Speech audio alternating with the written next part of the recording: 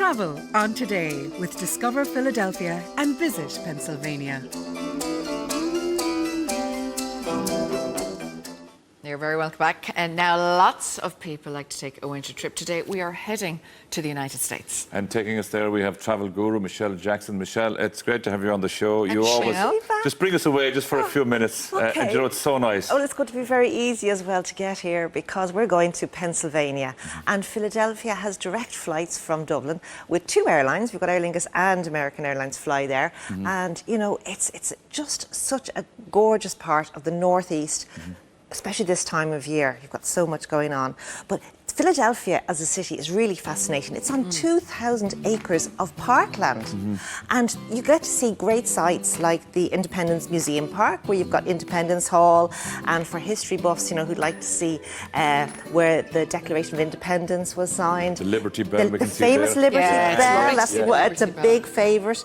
And for me, I loved the American Revolution Museum, actually. That's where you learned all about how it happened. And William Penn, the English Quaker who was given the land, of course, he's standing at the top of Liberty at City Hall. Now, the Eastern State Penitentiary is one of the most favourite places to visit because they had a very famous guest there, Al Capone. Al Capone. And many other very famous guests. But he lived kind of luxurious kind of lifestyle, a lot more than other people. And of course, it's home to the Philadelphia Eagles and Elfrid's Alley. You can run up the steps for Rocky. Oh, that's right, the Rocky movie, Yeah, I did that This before. is what most people think of when you mention Philadelphia. And actually, those steps lead you up to the Philadelphia Museum of Art, which was built 100 years before the movie, exactly 1876. And they've got thousands of works of art from over 2,000 years.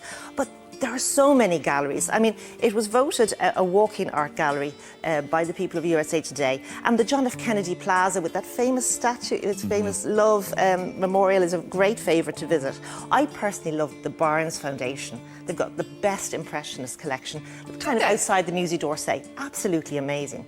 And for car lovers, the Simeone Foundation is the best place to go and see cars that you won't see anywhere else in the world. They have a record of like the fastest car over every decade through the 20th century. I never knew that, no. Do you know, we were talking before we came on, we were saying, you know, you just don't get, and I didn't get a Philly steak until I ate it in Philly. Seriously, I was like, this is just a sandwich with cheese and steak. No, it's true. It's different though, isn't it? There's Pat and Gino's then as well, which are only probably a few hundred yards from each other. Absolutely, in competition. And then, of course, for me, the best place to eat in Philadelphia is the Reading Terminal Market. And that is actually over 100 years old. It's one of the oldest markets. And you'll get food from all around the world. Of course you'll get there's the Philly steak sandwich, you know, slathered in cheese. And, you know, you taste from all around the world. There are so many fabulous restaurants, especially even down around the waterfront as well, on the beautiful Delaware River.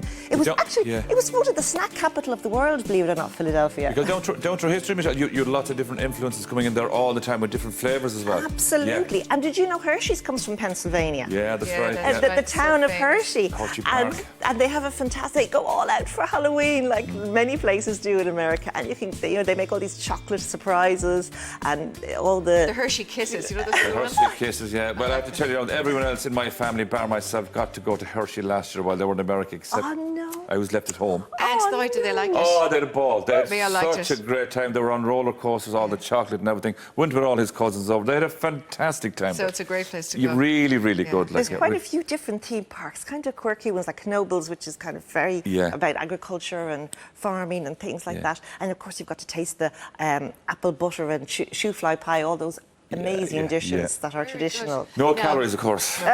Who cares about calories when you're enjoying something?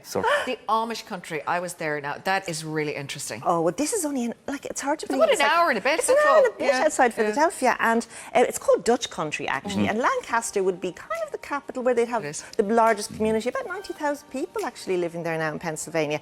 And it's where you see the beautiful whitewashed fences and the covered barns and the Amish village and Amish houses where the public can come and see and visit it and see how they live, technology-free. It's kind of inspirational, isn't it, in this day and age of technology? I think the first time I saw a horse and cart with indicators on, I thought it was the most bizarre thing that I'd ever seen in my life. But it's strange when you're driving there because you start seeing like one buggy and you're like, oh, there's a buggy. And then they're just everywhere. This is how they live. This is not, you know, in any way sometimes kind of you feel like you're inside the museum, or I don't feel the same thing. But it's actually real life. It's great. And the shops, I love the shops you walk in and they have like all these glass, you know, jars, like you get, you know, the old-fashioned shops in Ireland. Mason jars. Cookie doughs, all these different, and you buy a piece, they put them into a little piece of paper. It's the way we should all be living, I'd imagine. I know. Somewhere really special. It is an inspiration, and these days with sustainability, sure is. And do a lot of people visit? I guess they do. Oh yes, they do. Yeah. There's a huge amount of it, and it's because it's so accessible. It's quite close. It's very close. And I know they make kind of handmade furniture out there. They as well. do lovely lots of people woodcrafts. go out to get those pieces as well. Yeah, so. They do. Why not? Okay, where are we get Gettysburg then? Yeah, I don't know. Well, do you remember doing the Gettysburg Address in school? Certainly. You're too young. Do you remember it? Exploring English too. It was in the prose book. 4 years and more, and it's a very famous speech that Abraham Lincoln made, and it kind of marked the turning point in the American Civil War, because it kind of marked the greatest loss of life for the Confederates, and a lot of Irish as well. A lot of Irish fought there. Yes, absolutely. You know, you can go and see it now in lots of different ways. You can see it on horseback. You can get a bus bringing you around. You can even go on a Segway, believe it or not. No. There are loads of ways to visit the site, and there's a fabulous interpretive centre. And for history buffs, this really is an amazing place in Pennsylvania to go and see. Do they still do the reenactments? Yes, they do indeed. Yeah, they do the reenactments. I mean, you know, they say the abolition of slavery really came out of this particular battlefield and this part of the war. It was the turning point, because you had the Mason-Dixon line is the cross between Dixieland in the south and then the north, the Democratic North. You often hear the Mason-Dixon line. And loads of country songs. And apparently there's a wine trail and beer trail you can visit along the line as well. We must check that one out, Michelle. Tell us about Longwood Gardens. Yeah, Longwood Gardens, these are remarkable gardens. There are 9,000 species and varieties of plants from around the world. There's over 1,000 acres of gardens, and they're all elaborately constructed and organised. And what a lot of people don't realise is that Pennsylvania has the longest the longest fall foliage, because they have 120 varieties of trees spanning the entire Perfect state. time now to go, isn't it, for that, to see all that? It's just the range of colours, Michelle, as well. And they last for so long. It's beautiful there. Oh, it's just gorgeous. I was really impressed with Pennsylvania, I have to say. Well, I just thought it was so different, so much history. Yeah. So I think it's nice to see that originality. But even if you go into, say, Philly, like, you're very close to New York as well. You're not too far away. So easy. You're right, kind of almost halfway down there, and you're in a nice place. You're halfway between Washington D.C. as well and New York, so you know it's a great. And next year, just want to mention that there's going to be a total eclipse in the northeast of America, running right through Pennsylvania in April 2024. So you got your full 3.5 minutes of the moon shadow, you know, creeping over the land for 3.5 minutes, and they're on the lakes, Lake Erie actually. Oh, Erie, so that's Pennsylvania, going to be a great spot to view. To see it on the lake. So flights from Dublin and Shannon, maybe? I think it's just Dublin. Just Dublin with American Airlines direct. and Aer Lingus. Direct. Yeah, it's nice. 6.5 hours. Okay, watch a couple of movies, read a book, and you're there in no time. Michelle, thank you so much. And of course, if you want to peruse any of the information, you can pop onto our social media pages, of course, Instagram and Facebook at RTE Today. Travel on Today with Discover Philadelphia and Visit Pennsylvania.